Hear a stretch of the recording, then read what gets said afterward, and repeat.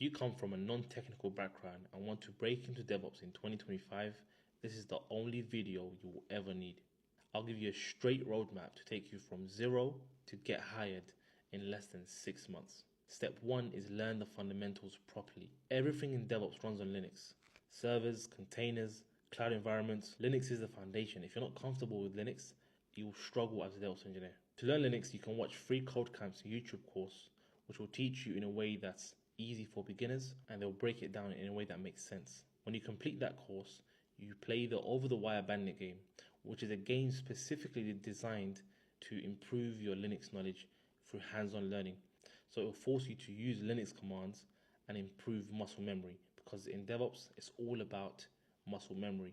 The more hands-on you do, the more you remember. Now, at some point, as a DevOps engineer, you'll be troubleshooting why something isn't working. Now, this is where networking comes in. So things like firewalls, DNS, IPs, you might have heard of these, but this is the backbone of how the internet works. To learn networking, you can watch Adrian Cantrell's networking playlist on YouTube. He explains networking in a way that actually makes sense and it actually clicks, especially if you're new to the field. So learn about things like HTTP, TCP, and IP, and how the internet works. These aren't just random terms. If you can't explain how data moves across the internet, you'll struggle in DevOps. Then you learn Git.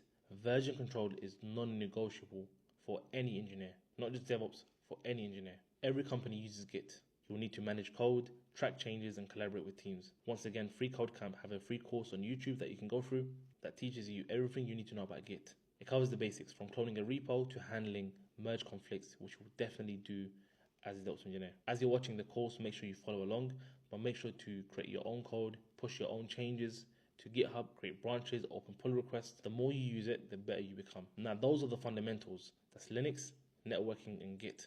Once you've covered the fundamentals, you go to step 2. Step 2 is learning the tools that matter, that connects everything together. This is your DevOps toolbox. So the first thing is the cloud. You're going to be deploying apps to the cloud, not run them on your laptop, which means it's important to learn tools like AWS, GCP, or Azure. Now, these are the 3 major cloud providers. I want you to pick one and stick with it.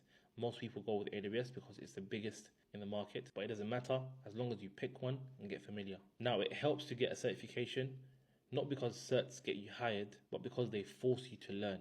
Preparing for a certification, you take in all the theory, you prepare for the exam, and that process is what helps you learn a lot of the theory behind AWS.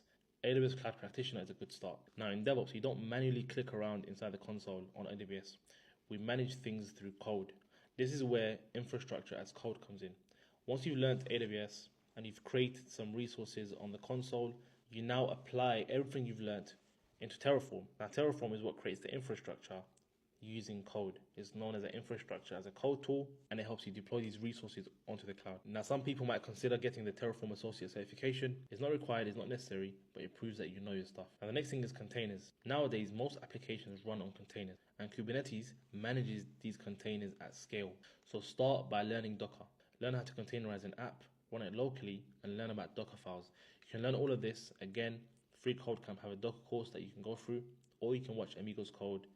He has a course on YouTube on Docker and Kubernetes. Then move on to Kubernetes, which is a bit more intense, but you learn how to deploy containers in a real-world environment. But don't jump to Kubernetes too early. It's an intense tool, and you can leave it till last. Now, every DevOps engineer has to know about CI/CD. It's the backbone of being a DevOps engineer. It's literally the principle of DevOps. CI/CD automates everything, and that goes from testing, deploying apps, building applications, everything. The whole process has to be automated. This is the essence of DevOps. Now, there are various tools to learn when it comes to CI/CD. I want you to stick to GitHub Actions. Since you're already familiar with GitHub, it's easier to just use GitHub Actions as your CI/CD tool. Now, understand how a pipeline works. Your job is to make sure developer code goes into production without breaking anything. And that's step 2. Step 2 is the tools that matter. That's the cloud, CI/CD, Terraform, and containers. Now, this step is what makes you job ready. Step 3. Step 3 is all about combining all these tools that you've learnt and building a real-world project. And this is where most people fail. They don't have real-world projects on your CV. This step is what is going to make you stand out. So here's how you can actually prove that you can do the job.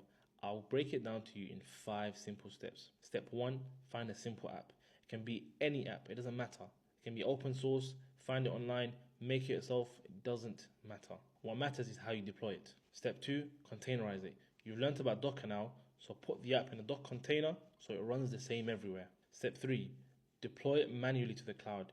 This is what I call ClickOps. This is where you go on the AWS console, for example, you create all your resources, all the resources that you need to now deploy this container that you've created, right?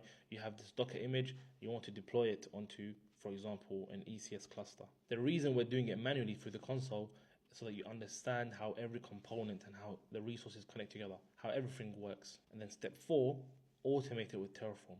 Once you get it working on the console, now create the infrastructure as code and automate with Terraform. Make sure to use best practices like modules and storing your state file in a backend.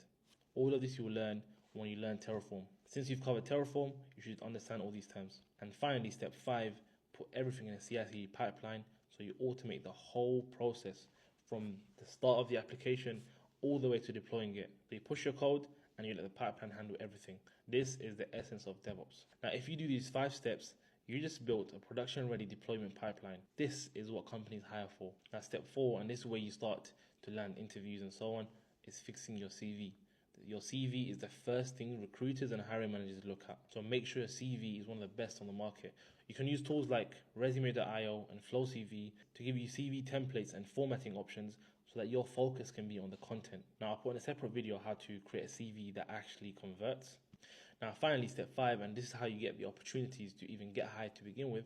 You post what you learn on LinkedIn.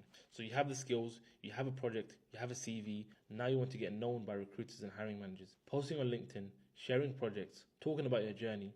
You'd be surprised at how many recruiters reach out to you when you start posting. Also, make sure to DM recruiters and hiring managers. Don't wait for job postings. Most job postings don't even reach the market.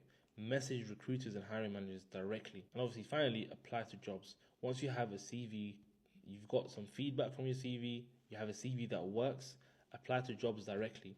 Quantity is what matters here. Apply to hundreds of jobs, but make sure you also use techniques like following up so that when you don't get a response, you reach out.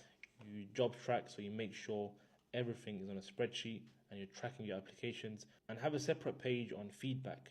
So certain stages where you might have not gone through, get feedback on those stages. The first job is the hardest, but if you apply all these techniques, you'll be in a very good position to land a role as a DevOps engineer. And that's the roadmap end to end. Follow this and I guarantee you'll be a DevOps engineer in less than 6 months.